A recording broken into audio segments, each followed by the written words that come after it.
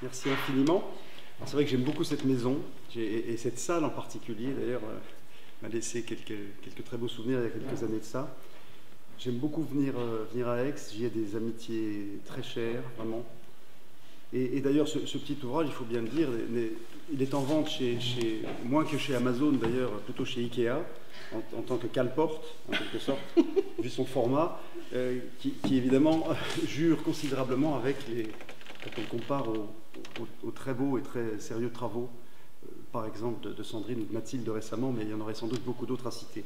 Vous êtes une université, je le dis sérieusement, extrêmement active, et voilà, en termes de recherche, c'est passionnant pour nous, et c'est presque un peu intimidant, parce que quand on arrive avec des bribes de réflexion, avec des sujets qui sont présentés sous le titre de la conférence de façon un peu ambitieuse, pour ne pas dire prétentieuse, on est un peu mal à l'aise quand même. Donc évidemment, j'ai intitulé la conférence sous le champ de ma réflexion « Repenser le droit par gros temps ». Celles et ceux d'entre vous qui ont fait un peu de philosophie auront lu l'allusion à un très beau livre de Vincent Descombes de 1989 qui s'appelle « Philosophie par gros temps ». Et malheureusement, je n'ai ni les compétences intellectuelles, ni la puissance de feu d'un Vincent Descombes. Donc moi simplement, ce que je vais vous proposer pendant 40 minutes, avant ce qui sera le plus important pour moi, c'est-à-dire nos facultés à échanger et à tenter de co-construire une amorce de réflexion, c'est quelques pistes, alors, je dirais même quelques sources d'étonnement, en réalité, pour le juriste que je suis, et même le citoyen, bien sûr, à la lumière, en effet, Sandrine l'a dit, de ce petit ouvrage qui est un mouvement d'humeur, en fait. Et donc je vais commencer par, non pas vous retracer le détail de la Genèse, mais par vous dire quand même d'où il vient, ce petit livre. Il est intéressant, non pas en tant qu'il m'implique, mais il est intéressant parce que je le trouve assez symptomatique si je puis dire, des questions existentielles et métaphysiques que se posent beaucoup d'enseignants-chercheurs aujourd'hui, et en particulier lorsqu'ils sont confrontés à des questions d'écologie, évidemment d'environnement. Ce livre est né d'un petit article, une sorte de tribune que j'avais proposé dans un numéro de la revue Délibéré, dans lequel d'ailleurs, si mes souvenirs sont bons, Mathilde avait aussi proposé une contribution, et Anne-Laure Maduro, si mes souvenirs sont bons, m'avait sollicité pour me dire est-ce que vous accepteriez, sur un thème justice et écologie, de dire quelques mots, d'écrire quelque chose. Je n'avais pas le temps à cette époque, comme nous tous, nous toutes et tous, nous sommes en général privés de temps, évidemment, et je lui avais donc dit je proposerai un petit billet d'humeur rapide, ce ne sera pas du tout universitaire. Je lui ai écrit, elle me renvoie la chose sur un propos qui concernait l'inefficience de la norme environnementale. Presque comme sport national ou international encore plus, me semble-t-il d'ailleurs. Et elle s'émeut un peu de mon propos, qu'elle trouve relativement alors, caricatural, je dirais pas ça, mais en tout cas un peu violent, un peu virulent et peu informé. J'ai dit c'était le prix à payer pour rendre quelque chose en un temps court.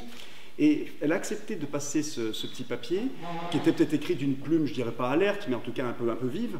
Et alors que j'ai produit, comme nous toutes et tous ici, enfin en tout cas du côté des enseignants-chercheurs, un certain nombre de dizaines d'articles richement décorés de notes infrapaginales, ultra, je dirais, référencées, au sens où la référence peut être aussi encombrante du côté des universitaires parfois, alors que je n'ai jamais été cité évidemment, et pourquoi l'aurais-je été?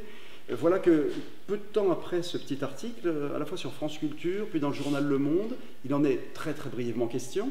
Et juste après, Christophe Granger, le directeur de la collection Le mot est faible, très beau titre de collection dans laquelle le livre est publié, m'interpelle et me demande si je serais intéressé, le cas échéant, par l'écriture d'un ouvrage de 100 000 signes environ sur le mot environnement.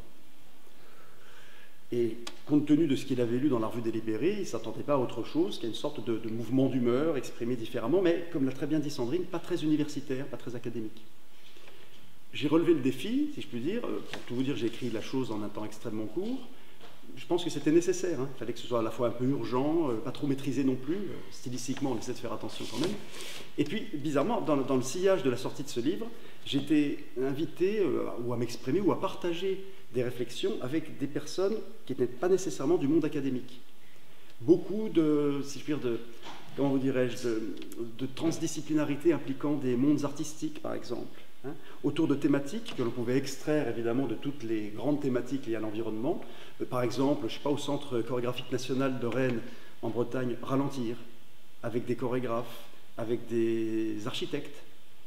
Et je pourrais donner pas mal alors même quand on était en contexte Covid, vous voyez, de pandémie, donc c'était pas très simple, mais je pourrais évoquer de très nombreux moments qui m'ont permis, moi, de rencontrer d'autres mondes. Et j'en viens justement au problème existentiel, si je peux dire, et un peu métaphysique en même temps, auxquels sont confrontés les universitaires.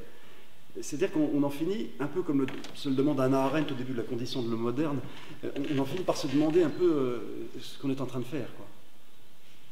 À quoi l'on sert, par exemple. Et je veux le dire, je ne vais pas trahir un quelconque secret, avec Sandrine et Mathilde hier, on se posait aussi ces questions-là. À quoi sert un universitaire? Et surtout sur des questions extrêmement inclusives, presque par construction, d'écologie ou d'environnement. Vous voyez ce que je veux dire? C'est-à-dire, qui est-on? Quel endroit occupe-t-on sur la place publique?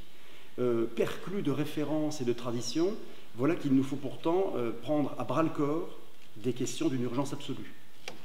Et donc, qu'est-ce qu'on a vocation à enseigner? C'est-à-dire, d'où parle-t-on quand on raconte des choses aux étudiants? Quid du sacro-saint principe et mythe en même temps de la neutralité axiologique, par exemple?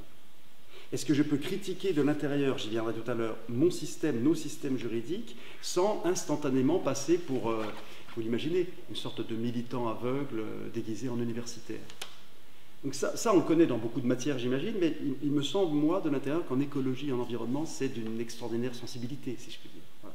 Donc voilà, tout simplement ça, pour qu'on puisse se réinterroger ensemble sur ce à quoi nous servons. Dans le cadre d'un service public, au demeurant, je ne vous l'apprends pas, fort malmené et fort bousculé, n'est-ce pas? Cadrage liminaire, donc, histoire de ce petit livre, c'est fait. Les notions, gros temps, repenser, système, enjeux environnementaux. Très rapidement. Philosopher par gros temps, je ne sais pas ce que ça veut dire, même si j'avais adoré l'ouvrage de Vincent Descombes, mais repenser le droit par gros temps écologique, on voit à peu près de quoi il s'agit, et celles et ceux d'entre vous qui sont un peu informés n'ont pas besoin de grands détails. Je ne parlerai pas des grandes données que nous avons à l'esprit, et qu'il s'agisse de la matière climatique de manière globale, des ressources naturelles, de la biodiversité, nous accable tous les jours un peu plus. Mais c'est d'ailleurs le sujet. L'un des sujets, c'est comment se fait-il que l'outillage que l'on brandit, nous, comme environnementalistes, se trouve tous les jours confronté à des retours de flamme, si j'ose dire, qui nous montrent qu'en gros, ça ne sert à rien. C'est-à-dire que tous les jours, nous empilons des textes incantatoires en matière d'environnement, et toutes les semaines ou tous les mois, nous avons des retours d'inventaire, si je peux dire, qui nous montrent qu'en termes de 6e extinction, je fais référence par exemple au début du très très beau livre de Sandrine, quand vous franchissez le cap des 50 premières pages, si vous êtes encore vivant, tant mieux pour vous. Parce que les données sont tragiques. Voilà. Alors, monsieur, qu'êtes-vous en train de nous dire? Vous avez devant vous des étudiants, pour certaines et certains d'entre eux, et voilà que vous nous parlez mal, quoi. Vous nous parlez d'une chose sans avenir, etc. Moi, je suis assez camusien par rapport à ça. Je considère que mal nommer les choses est ajouter au malheur du monde. Et donc, je pense qu'il vaut mieux appeler un chat, éviter les effets de pirouette du genre en fin d'émission, et peut-être un petit message positif pour l'avenir. Non, ça, il n'en sera même pas question une seule seconde. Si on veut être sérieux et travailler ensemble, il faut qu'on aille au bout du bout. Alors, c'est pas très glamour, je suis désolé, mais en tout cas, le croisement des courbes, si je puis dire, inflation des normes environnementales d'un côté, et de l'autre, données scientifiques sur le monde, en particulier le monde vivant, le climat, qui ne font que nous interpeller davantage chaque jour, là, il y a un problème. Et ce problème, c'est à quoi sert le droit? Donc, repenser le droit, c'est de ma part extraordinairement ambitieux, surtout en 35 minutes maintenant, donc ce ne sera pas vraiment l'objet non plus, mais repenser le droit, j'attire votre attention sur l'arrêt de la Cour allemande de Karlsruhe d'avril dernier, qui, à plusieurs reprises dans les 129 pages de la traduction française, je ne l'ai pas lu en allemand, nous dit, et en particulier, je pense au considérant, ou en tout cas au paragraphe 254, nous dit que, de toute façon, il va bien falloir repenser les comportements. Or, c'est très intéressant parce que le droit est une des disciplines qui se préoccupe, non pas de l'être, ça les scientifiques des sciences dures s'en chargent, mais du devoir-être. C'est-à-dire faire en sorte que ce qui n'est pas encore devienne, par exemple. Alors, le droit n'est qu'un des éléments, un des sous-systèmes, des systèmes normatifs qui se préoccupent de façon déontique de ce qu'on peut appeler la science des comportements. On a les règles de la morale qui abandonnent aux juges intérieurs, individuels ou collectifs, le soin de faire le reste. Et puis, on a le droit qui est un système hétéronome. Et j'insiste beaucoup sur l'hétéronomie du droit ici, sans forcément avoir besoin de faire allusion aux grands spécialistes de théorie du droit, ou de retourner à Kelsen ou à tous les auteurs qui ont travaillé sur la théorie des normes, si je peux dire. Mais l'hétéronomie, elle est centrale pour nous parce qu'elle renvoie à l'idée que nous avons besoin, à bien des égards, d'une source d'influence ou de direction des conduites humaines venant de l'extérieur. Et je vais y revenir parce que pour moi c'est absolument central à bien des égards, puisque ce que j'interroge en fait implicitement ici, c'est la capacité du droit à proférer ou à énoncer des limites.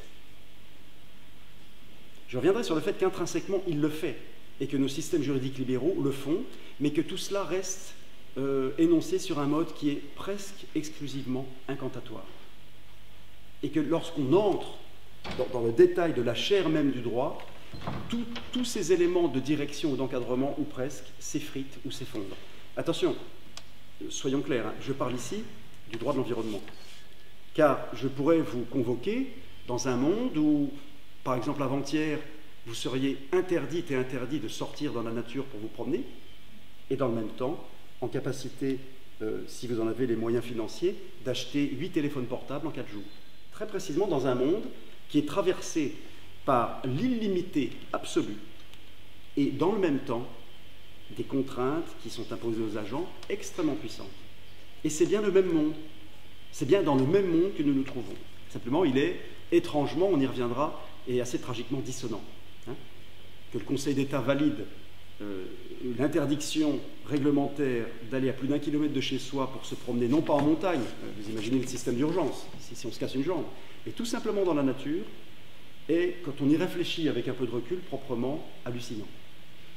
En revanche, je vous le redirai, nous sommes, pour les privilégiés et les unhappy few, à hauteur de quelques centaines de millions dans le monde maintenant, parmi nous, nous sommes évidemment des souverains absolus. Alors, vous y réfléchirez, mais moi, ça me laisse... je ne ferai qu'enchaîner des interrogations et des éléments de trouble. Hein. Moi, je suis juriste et je me dis, mais comment cela est-il possible simultanément? Mais le droit n'est pas avare de dissonance, évidemment, et les communicants non plus, nous l'allons voir tout à l'heure. Retour sur la liberté. Mais en fait, je m'éloigne un tout petit peu de mon livre, mais je m'en rapproche aussi, parce que la question de la liberté, c'est une question extrêmement intéressante, surtout dans des systèmes juridiques dits libéraux qui insistent beaucoup sur les droits et libertés fondamentaux. Je ne connais pas en Occident de système de philosophie politique ou de philosophie morale qui appréhende la liberté en dehors d'un cadre. C'est-à-dire que, ou vous travaillez dans un schéma qui serait hobbesien, c'est-à-dire présenter l'état de nature comme poussé, si je puis dire, traversé par des forces rectilignes et uniformes qui conduisent à l'hubris, ou vous êtes, depuis les philosophes grecs, des gens qui associent liberté et responsabilité, par exemple. La majorité des grandes théories, que je ne vais pas détailler ici, sur la liberté en philosophie, sont aussi des théories qui associent liberté et responsabilité, ou liberté et autonomie des individus. On reviendra avec les technologies dans quelques minutes sur la tragique question de la perte d'autonomie et ce qu'on pourrait appeler les systèmes de réaliénation des sujets ou des agents. On y reviendra dans quelques instants, poussé par la technique, évidemment. Mais j'insiste beaucoup, vraiment, sur ce thème, à savoir le fait que la liberté n'est jamais conçue comme un absolu, et j'en veux pour preuve le fait que les grands théoriciens de l'état de nature ont construit, à partir du XVIIe siècle, une philosophie de l'organisation politique qui, contrairement à ce qu'on pourrait se faire croire aujourd'hui, travaille moins sur la garantie des droits que, dans un premier ressort anthropologique, sur les conditions d'un abandon de l'illimité premier. L'état de nature chez Hobbes, chez Locke et chez les grands fondateurs de ces systèmes-là, c'est un état qui est une hypothèse de travail. Et cette hypothèse de travail est une hypothèse d'anomie, d'un certain point de vue. Alors beaucoup plus chez Hobbes, ce qui le rend très moderne d'ailleurs, on y reviendra, que chez Locke. Cette hypothèse d'anomie, ça consiste à dire, voilà, c'est la méthode résolutive compositive chère à Descartes en 1637, par exemple. Je décompose un tout en autant d'éléments constitutifs et j'observe le comportement des parties constitutives, les unes par rapport aux autres. Et le schéma hobbesien est assez radical par rapport à ça, évidemment, transformant la notion de besoin en droit, qui est à peu près la seule loi naturelle connue par Hobbes. Eh bien, la trajectoire des individus les conduit à se télescoper. Chacun a le droit de tout sur tout, évidemment. Et ce qui est très important, et c'est ce que je veux nous faire comprendre ici, C'est que si je travaille beaucoup sur la notion de constitution écologique, ce n'est pas pour le plaisir de regarder avant. C'est tout simplement parce que je crois que la situation néolibérale économique dans laquelle nous nous trouvons aujourd'hui, en réalité, qu'il s'agisse des États entre eux, qui sont dans un état de nature d'un certain point de vue, ou d'une propension des sujets à redevenir souverains dans leur place sur la Terre, ça me rappelle beaucoup la question du ressort anthropologique qui, dans les théories de l'état de nature, a pu conduire à vouloir le quitter au profit de quelque chose d'organisé et de limité. Je ne vais pas vous surprendre en vous disant que tous les systèmes juridiques libéraux reposent sur un ressort qui est extrêmement classique, qui est un invariant structurel. Mes droits sont limités de deux manières. Je transforme ma condition d'individu en homme citoyen ou en être humain citoyen. On reviendra sur la titularité des droits dans quelques instants. Je transforme ça dans le passage de l'état naturel à l'état politique de deux manières. Mes droits sont garantis, c'est vrai. Ils sont garantis par l'existence d'un tiers, c'est-à-dire par l'existence de celui qui sera l'énonciateur de la limite et auquel je consens. Regardez Locke, ce passage très célèbre du deuxième traité du gouvernement civil, dans lequel il nous dit ce qui manque à l'état de nature fondamentalement, une fois qu'on a trouvé ce petit morceau de métal jaune qui va créer la zizanie, ce qui manque à l'état de nature, c'est l'existence d'un juge. Alors à certains égards, l'État dans la société politique est anthropologiquement ce juge, c'est-à-dire celui qui de l'extérieur va être le délibérateur ultime en quelque sorte, et va éviter de faire en sorte que chacun se donne raison à lui-même. Parce que tant qu'on est juge et parti, ce qui caractérise l'état naturel, c'est assez mal parti, c'est assez mal barré. Donc la première limite, c'est le fait que la garantie des droits n'a jamais signifié l'absoluité des droits. Dans l'article 16 de la DDHC, il ne faut pas se méprendre. Même, vous pouvez toujours sortir tout un tas d'éléments conjoncturels pour expliquer et analyser l'article 16. Il y a des beaux travaux de Margot Boisy sur cette question-là, d'ailleurs sur l'article 16 de la DDHC. Mais le ressort anthropologique, il est très simple à comprendre. Pour faire société, il faut accepter de ne plus être un absolu, c'est-à-dire une sorte de partie séparée électron libre. Pour faire société, il faut accepter que la garantie est pour contrepartie, garantie par un tiers, et pour contrepartie la double limitation de mes droits, qui est la suivante, les droits d'autrui, et verticalement le trouble à la société. Les deux pouvant évidemment savamment s'entremêler comme on peut l'imaginer. L'immense difficulté, me semble-t-il, à laquelle on est confronté face aux enjeux environnementaux écologiques, c'est que l'entrée en société politique ne s'est pas accompagnée d'une redéfinition de ce qu'on pourrait appeler un holisme rénové. Alors, celles et ceux d'entre vous qui ne connaissent pas forcément le holisme doivent comprendre qu'il signifie deux choses. Ça n'est jamais qu'une sorte d'avatar ou de déclinaison de la longue et très profonde histoire des relations entre les parties et le tout. En philosophie politique, c'est très intéressant. C'est d'un côté les théories du bien commun et de l'interdépendance versus l'individualisme possessif d'un certain point de vue. La grande difficulté à laquelle on est confronté, c'est que nous devons aujourd'hui inventer un genre de société politique. Je ne vais même pas dire ça, c'est trop réducteur. Des façons d'être ensemble, donc d'accepter les lois du groupe et d'une communauté, et en plus d'une communauté élargie au monde de la nature qu'on commence à personnifier ou à repersonnifier, alors même que on reste, d'un certain point de vue, hanté ou ancré dans le substrat de ce qu'on appelle l'individualisme moderne. La méthode résolutive compositive de Descartes, c'est utilisée par tous les théoriciens. Hobbes, il fait de la méthode résolutive compositive. Hein. Ça consiste quand même à faire de l'individu le point de départ du nouvel ensemble. On quitte les vieilles cosmologies médiévales ou antiques, vous voyez ce que je veux dire, hein, c'est-à-dire celles qui sont hétéronomes, qui font que la constitution est déjà déterminée du dehors, que chacun a déjà sa place prévue à l'avance. On quitte ces vieux récits pour entrer dans le récit moderne. Et le récit moderne, sa grande difficulté, c'est d'articuler, évidemment, l'intérêt général étant une des hypothèses de ça, mais très difficile, c'est d'articuler quelque chose qui dépasserait la rencontre des singularités. Or, l'écologie politique nous précipite vers cette exigence-là. L'écologie, vous voyez ce que je veux dire, c'est-à-dire que notre insertion dans un monde fini nous précipite à vive allure vers la nécessité de repenser notre place dans le monde de façon holistique. C'est-à-dire non plus comme adossé à la simple rencontre bricolée de nos volontés pour trouver une sorte d'accord le moins gênant possible, mais oui, confronté à la nécessité de penser nos consentements, nos conventions, dans un cadre qui lui-même est tissé ou traversé d'interdépendance. Vous voyez, on est en train de réécrire, hein, on y reviendra sans doute dans nos échanges.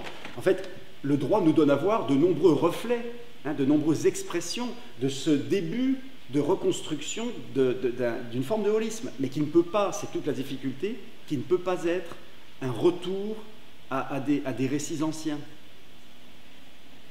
On peut pas, comment dire, on ne peut pas repartir d'Aristote, qui par ailleurs a apporté plein de belles choses, ou de saint Thomas d'Aquin sur les communs, parce qu'en réalité, aujourd'hui, c'est dans un contexte post-contemporain que nos réflexions s'inscrivent.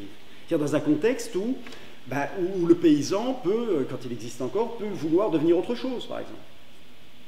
Et où la liberté d'aller et venir, tous les droits, je ne suis pas en train évidemment de casser un raccourci ou de taper trop durement sur les droits, ce n'est pas le sujet, mais disons, où les droits sont pensés à partir d'un individu dans un contexte qui a été travaillé par Montaigne, par Rabelais, et par ce que l'identité personnelle signifie. Hein? Chez John Locke, la notion, les properties libérales chez Locke, c'est d'abord la propriété de soi. Voilà. Le problème commence dès qu'on commence à sortir de soi, et là, la politique commence avec. Dès qu'on sort de soi, on rencontre, et c'est tout le problème des analyses systémiques d'une façon générale, vous pouvez penser le droit de propriété comme vous voulez, la liberté d'entreprendre ou d'aller et venir comme vous voulez, dès que vous sortez de vous avec vos contours physiques, eh bien vous rencontrez, si je puis dire, à la fois l'autre, à la fois les limites, les résistances, voilà. Et la grande difficulté, c'est que le droit, et pas seulement le droit de l'environnement, le droit dans sa globalité, est confronté aujourd'hui à la nécessité de réintégrer dans son giron, dans son champ, tout un tas d'éléments qu'une certaine abstraction individualiste avait conduit à exfiltrer du champ de la réflexion et de la délibération commune. Tout ça, j'y insiste beaucoup, poussé par les technologies. Je veux dire, il ne faut pas non plus se méprendre sur ce qu'il peut y avoir à la fois de banal et de très très contraignant dans les effets cliqués apportés par les technologies. La contrainte qu'on a à affronter aujourd'hui, il y a une contrainte démographique. Nous ne sommes plus 850 millions comme en 1789, mais bientôt 10 fois plus. La liberté d'aller et venir, telle que Rabot-Saint-Étienne l'évoque en 1789 à la Constituante, c'est une liberté d'aller et venir à la vitesse du cheval au triple galop, 45 km/h. Aujourd'hui, la vitesse de libération pour SpaceX, c'est 11 km/s.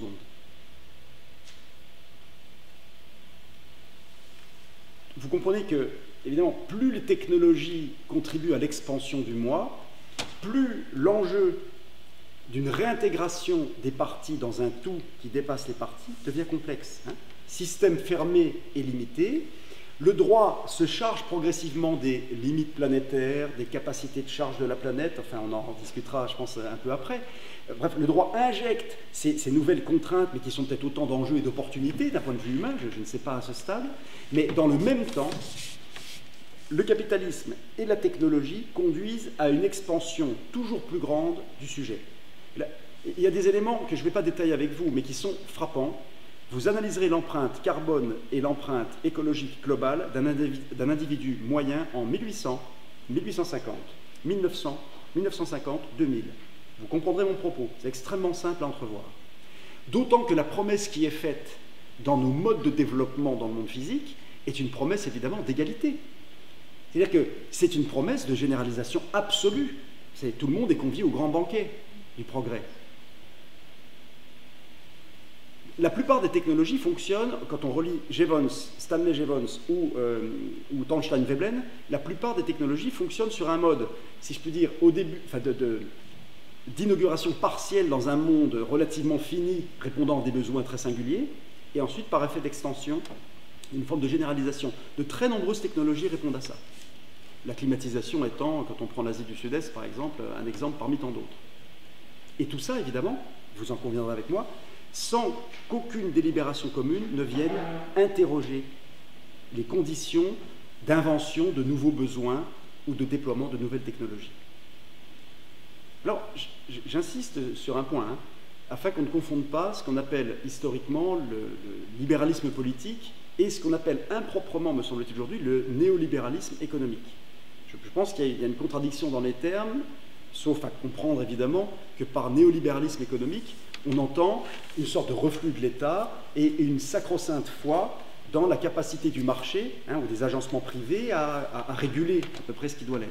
Donc ça, on le comprend bien. Mais du point de vue d'une théorie générale de la liberté en philosophie politique, c'est un peu gênant d'avoir cette idée d'un rapprochement d'une certaine conception de l'économie avec le terme de liberté, me semble-t-il. Donc j'ai toujours, pour ma part, bien distingué les deux, au-delà des effets de conjoncture politique sur les noms de partis ici ou là, évidemment. Non, dans le ressort anthropologique, le libéralisme politique est présent dans nos systèmes juridiques. Il est présent dans sa capacité à formuler des limites et à assigner des limites au comportement.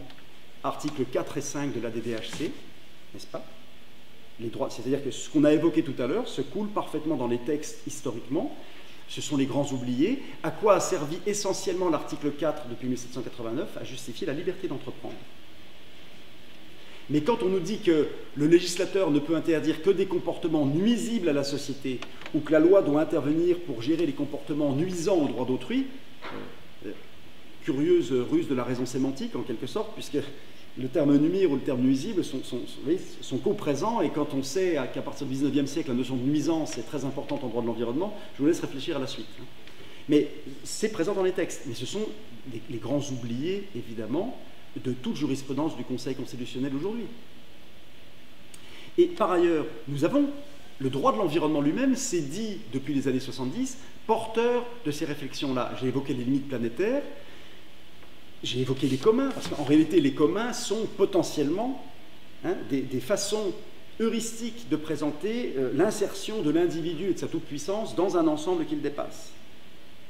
Mais en réalité, le développement durable lui-même, avec toute son ambivalence ou son ambiguïté, est très intéressant, puisque même s'il vient de l'OCDE, et si on sait ce que la plupart des grandes entreprises en font en termes de greenwashing, le développement durable est intrinsèquement, abstraction faite de sa dimension très anthropocentrée, évidemment, il est quand même inclusif, et il est potentiellement limitant, puisque je vous le rappelle, et on le retrouve non seulement dans Brundtland en 87, mais dans le considérant 7 du préambule de la Charte de l'environnement.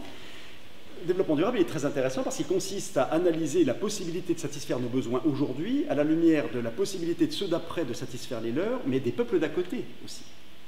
Cette double dimension spatio-temporelle, intragénérationnelle, je la trouve extraordinaire.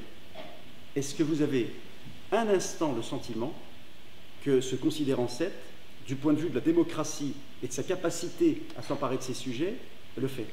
Est-ce que vous avez l'impression qu'en tout cas qu'il est pris au sérieux, ce considérant 7? Pas une seule seconde. J'insiste aussi, pardonnez-moi, sur un point. Je parle de constitution écologique et j'imagine que certaines et certains se disent, surtout du côté des internationalistes, mais enfin, ce n'est pas le lieu. Parce que les constitutions, d'un certain point de vue, c'est Vienne, c'est l'État-nation, et les questions écologiques, pour la plupart d'entre elles, renvoient évidemment à des problématiques qui dépassent instantanément la condition des États. Ce qui me fait réfléchir à la notion de constitution écologique, c'est en réalité plus précisément la notion d'institution écologique. C'est-à-dire penser le droit à la lumière de son institution par l'écologie. Et le mot constitution reste important pour moi, mais sous deux conditions. D'abord, en se souvenant du fait que les apories du droit international nous obligent à imaginer des espaces normatifs susceptibles de comporter les institutions permettant une mise en œuvre de ce qu'on décide. Or, jusqu'à plus ample informé, et en dépit des failles des constitutions elles-mêmes, on ne sera pas étonné si la plupart des grandes actions climatiques, les 1600 ou un peu plus aujourd'hui, sont menées devant les États, évidemment, les juridictions des États.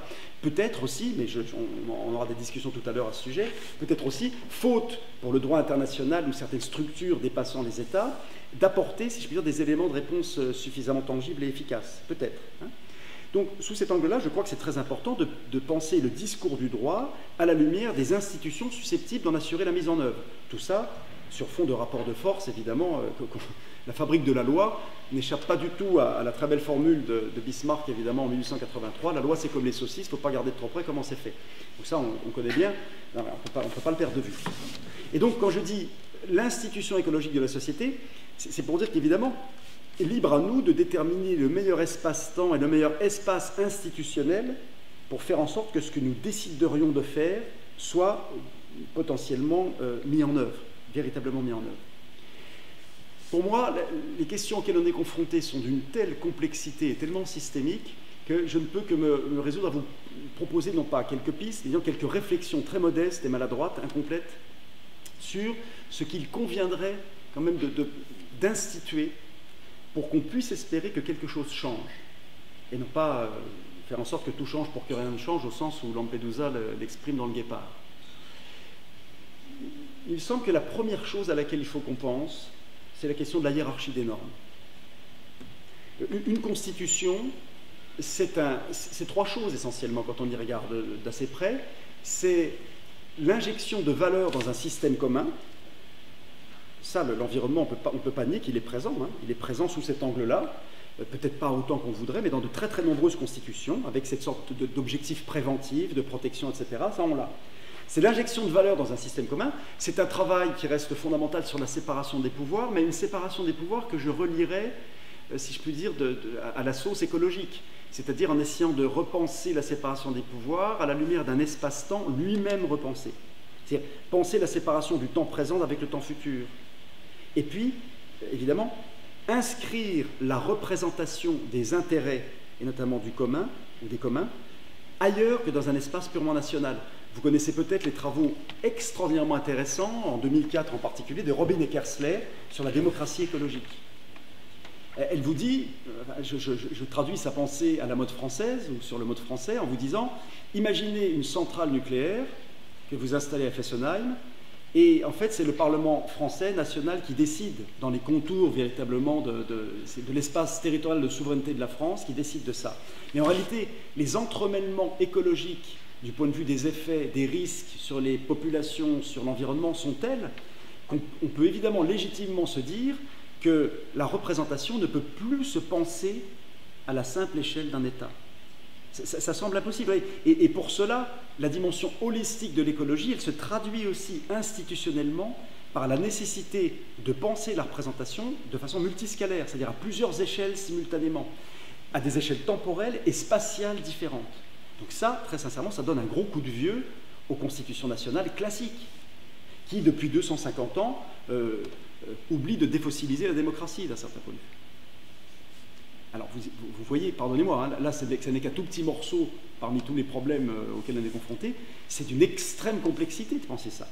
Se dire, par exemple, qu'il faudrait que, regardez la cour allemande, hein, est-ce qu'il faut accueillir la plainte de quelqu'un qui habite en Inde du fait de la carence climatique de l'État allemand? Et c'est ça le sujet. C'est-à-dire qu'on peut se dire qu'en l'absence d'une gouvernance mondiale parfaitement structurée, verticalisée, ce dont nous parlons est presque impossible d'un certain point de vue. En réalité, il y aura toujours un décalage très peu efficace, finalement, dans sa production ultime, entre ceux qui décident et les effets. Parce qu'on est sur des systèmes de causalité absolument éclatés. Mais je précise quand même une chose, pour qu'on évite d'avoir une vision trop unifiée des problématiques d'environnement, je reste persuadé que gérer la dépollution d'un sol, ça n'engage pas les mêmes problématiques de causalité et de responsabilité que de traiter de la question climatique au niveau international. Je pense qu'en fonction de sous-espaces, de sous-thématiques environnementales, il me semble qu'il est possible de réfléchir institutionnellement à des endroits différents. Et donc, il ne faudra peut-être pas tout mettre dans le même sac et imaginer que, oui, il y a des causalités relativement simples à déterminer dans des phénomènes de pollution, et puis ensuite, il y a des effets diffus, alors qui réinterrogent en plus à tous les étages la place du comportement individuel, on retrouve la morale de tout à l'heure, par rapport à la question collective, à la question institutionnelle du droit par rapport à la morale, etc. Je n'ai aucune idée de la nature du système juridique susceptible d'absorber le choc des défis et des enjeux auxquels on est confronté. J'en ai pas la moindre idée. Je devine simplement, au moins qu'à l'échelle nationale, il y a peut-être des choses sur lesquelles il faudrait travailler. Et la Convention climat était, à mon avis, une assez belle opportunité, un rendez-vous raté, évidemment, dont on pourrait longuement parler. Mais ce que je trouvais intéressant dans cette démarche, oui, c'était que c'est une démarche qui repose sur l'aléa d'une désignation par tirage au sort. Et moi, tout système juridique dans le cadre duquel des agents entrent dans une procédure avec certaines idées et ressortent d'une procédure avec d'autres idées, me semble quelque chose d'intéressant à prendre. Non sans lien, évidemment, avec ce que j'arrêterais d'appeler par fatigue la sensibilisation à l'environnement, mais véritablement une intégration en profondeur de nouvelles représentations. Bon. Ça suppose de décoloniser l'imaginaire, évidemment. Par exemple, ça suppose que chacun, d'un certain point de vue, c'est tout le problème de la liberté dont on parlait tout à l'heure. C'est quand même un drôle de système que celui qui enchante la liberté et qui en même temps nous replonge aujourd'hui dans une vulnérabilité qui va bientôt nous montrer le prix d'une liberté. Qu'on se lève le matin ou qu'on se couche le soir, on est quotidiennement, à propos de l'autonomie de la volonté, confronté à la limite de l'autonomie de nos actions. C'est-à-dire que nous ne sommes pas capables de faire pousser un chou, et la plupart des choses que nous mobilisons dans la journée ne viennent pas de nous, ne viennent même pas d'un collectif proche, mais sont en réalité des symptômes d'une forme de réaliénation. Bon, ça, il y a de façon sous-jacente de ma part une critique adossée évidemment à Gunther Anders sur l'obsolescence de l'homme, et puis à Ellul en partie, des technologies. C'est-à-dire que les technologies dans l'histoire humaine aient permis de nous désasservir par rapport aux suggestions naturelles, nous le savons tous. Se chauffer, avoir un toit, se nourrir, etc. Mais ça fait très très longtemps qu'on n'en est plus là. Enfin, qu'on n'en est plus là. Beaucoup dans notre humanité en sont encore là. Tandis que d'autres sont passés sur des satisfactions de besoins jamais mises en question. C'est très étrange de parler de la liberté alors que l'organisation des villes en fait, d'un certain point de vue, à bien des égards, un parasite d'un point de vue écosystémique. Et toutes les dystopies sont connues à cet égard. Hein. Relisez Ravage de Barjavel, par exemple. Hein. Vous coupez les moyens de transport d'une ville de 20 millions d'habitants, vous regardez comment ça se passe 15 jours après. Donc, j'ai pas de solution. Je m'interroge avec vous sur une sorte de logorée sur la liberté et les droits, sans que la titularité ait été interrogée. C'est-à-dire, au bout d'un moment, la question se pose pas seulement de savoir quels sont nos droits, mais quel est l'homme, de manière inclusive, des droits de l'homme. Tant que dans nos représentations, c'est l'individu solipsiste, seul face à lui-même, poussé par des technologies de la fragmentation des corps sociaux, évidemment. Hein. Tant que c'est celui-ci qui est le titulaire des droits de l'homme, je crois que c'est assez compliqué. Comment créer les conditions dans la représentation commune d'un titulaire des droits qui serait un être humain interdépendant, traversé d'interdépendance, profondément interrelié. Si vous repensez les droits à la lumière de ces interrelations-là, évidemment, je ne pense pas que vous les réfléchissiez dans les mêmes termes que lorsque vous pensez de manière individualiste et abstraite, et avec en plus une sorte de syndrome de l'illimité, une idéologie de l'absence de limite. Je ne crois pas qu'on pense les choses dans les mêmes termes. Et je pense qu'il est temps aussi de s'interroger sur les méfaits, et je reste assez courtois, hein, d'un capitalisme mal compris. Enfin, je ne sais pas s'il peut y avoir un capitalisme bien compris d'ailleurs, c'est un vrai sujet. Mais je pense qu'on a substitué à une théologie reposant sur certaines conceptions du miracle une autre conception miraculeuse à travers l'idée, j'imagine, que les ressources pourraient être, ou que les positions, les comportements des individus pourraient être expansés ou expansifs dans un cadre pourtant biologiquement, physiquement, chimiquement limité. Et je voudrais, avant qu'on parle, c'est le plus intéressant d'échanger, faire une lettre ouverte à messieurs Bezos et Musk. Parce que ça va vous sembler peut-être un peu éloigné de notre sujet, mais en fait, je crois que c'est central. J'analyse ce qu'ils sont autorisés à faire aujourd'hui, et je pèse mes mots. Hein. Je dis bien ce que les systèmes juridiques d'habilitation, d'interdiction, conditionnement, etc., les autorisent à faire. J'analyse ça comme une sorte de pointe extrême d'un voisinage trouble entre le capitalisme industriel financier et ce qu'on pourrait appeler les forces de mort, c'est-à-dire Thanatos contre Eros d'un certain point de vue. Je l'analyse comme ça parce que je trouve personnellement inouï qu'on puisse confisquer des communs, siphonner, sur quelle base, hein, interrogeons-nous sur les conditions dans lesquelles les fortunes de Musk et de Bezos se construisent, hein, sans limite. 36 milliards de dollars, il y a quelques jours pour Musk en une journée. Hein, 36 milliards de dollars.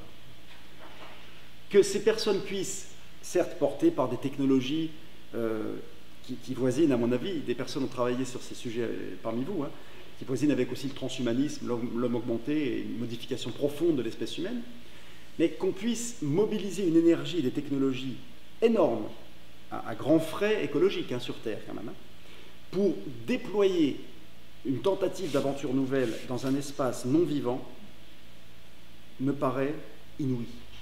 Je veux dire qu'il faut imaginer à quel point nos imaginaires sont traversés par des représentations incroyables pour que cela soit humainement possible. Tandis que dans le même temps, évidemment, des milliards de gens meurent la bouche ouverte pour rester polis, évidemment. J'avoue que je m'interroge, je me dis, mais quel est le rôle du droit par rapport à ça? Musk et Bezos étant peut-être des sortes de figurations mythologiques, si je puis dire, de choses qu'à l'intérieur de nous-mêmes on éprouve, comme autant de dissonances, comme autant de tentations, etc. Donc je m'interroge, et sincèrement, pour finir, je vous dirais ça, je vous dirais que la grande difficulté pour moi, c'est que le droit de l'environnement est lui-même pris dans des systèmes juridiques plus globaux. D'ailleurs, l'idéal du droit de l'environnement, ce serait sans doute sa disparition, par effet d'infusion. Je pense qu'un ministère de l'environnement est la démonstration que ça ne marche pas, et un droit de l'environnement autonome est la démonstration que ça ne fonctionne pas non plus. L'idéal, c'est la vocation disparaissante, dirait Yankelevitch, de ces matières-là, parce que ça voudrait dire que par infusion, tout est partout. Donc tant que c'est là, c'est-à-dire que c'est un droit de lutte et de combat, évidemment, donc il y a affaire à des vents contraires, puisqu'on parlait de philosopher par gros temps tout à l'heure, extrêmement puissants. Et parmi ces vents contraires, il y a vraiment, je crois, sincèrement, des questions de représentation qui renvoient aussi à Spinoza, c'est-à-dire qu'est-ce qu'il faut faire pour qu'on aime les limites? Qu'est-ce qu'il faut faire pour qu'on transforme une frustration en nouvelle opportunité? Qu'est-ce qu'il faut faire? Et je ne crois pas que le droit ait les ressorts, c'est un outillage évidemment, mais je ne crois pas qu'il lui-même possède ces ressorts-là. C'est-à-dire qu'il faut que des conditions extra-juridiques soient réunies pour que le droit lui-même soit plus opérationnel. Vous voyez ce que je veux dire ici. Et je pourrais utiliser la lettre d'Épicure à Ménécée à propos de la mort pour vous dire qu'à la limite, si je voulais forcer le trait, je dirais que tant que les conditions méta-juridiques ne sont pas réunies, c'est inutile de parler de droit, et quand elles le seront, ce sera inutile de parler de droit. Je suis sur une ligne de crête ici, évidemment, et je vous provoque. Je terminerai par mon amour, on en parlait hier avec Sandrine et Mathilde, mon immense considération pour tous les travaux qui, depuis pas mal de temps, en anthropologie, en ethnologie, en philosophie, autour de l'écologie, montent en puissance sur d'autres représentations, sur la possibilité d'une résidence autre que notre façon d'occuper le monde. Et je ne crois pas, sous cet angle, que l'anthropologie et l'ethnologie soient reconvoquées dans un nouvel âge d'or aujourd'hui, de façon muséifiée. Je crois que c'est plutôt pour nous indiquer que des façons d'être ensemble, authentiquement durables, sont peut-être possibles. Il faut savoir à quel prix, dans quel contexte. Donc ça j'aime beaucoup. Mais j'insiste sur un point, si le droit est une production d'outillage sur fond de rapport de force, alors il ne faut pas se contenter de lire Baptiste Morisot, Vinciane Després, il ne faut pas se contenter de penser en iceberg et d'habiter en oiseau, et il faut aussi se dire qu'en face de ces propositions de nouvelles représentations, que je trouve magiques, que je trouve magnifiques, mais en face de cela, les vents contraires sont d'une extrême puissance. Et ce sont des vents qui enchantent toujours plus le virtuel, le grand solipsisme de l'individu, la fragmentation, c'est-à-dire tout l'inverse de ce que ces représentations sur l'interdépendance tentent à refabriquer. Donc là, c'est là qu'il faut faire preuve d'un réalisme froid et se dire que s'il y a des combats à mener, et il faut les mener simultanément sur plusieurs fronts, il ne faut jamais perdre de vue que le droit est l'expression d'un rapport de force. Voilà ce que j'avais à vous dire de façon tout à fait liminaire, un peu rapide et très chaotique, pardonnez-moi, en vrac, parce que ce sont des réflexions pour l'instant très inabouties, et qui n'avaient pour seul but que de nous inviter à converser, à échanger, évidemment. Je vous remercie.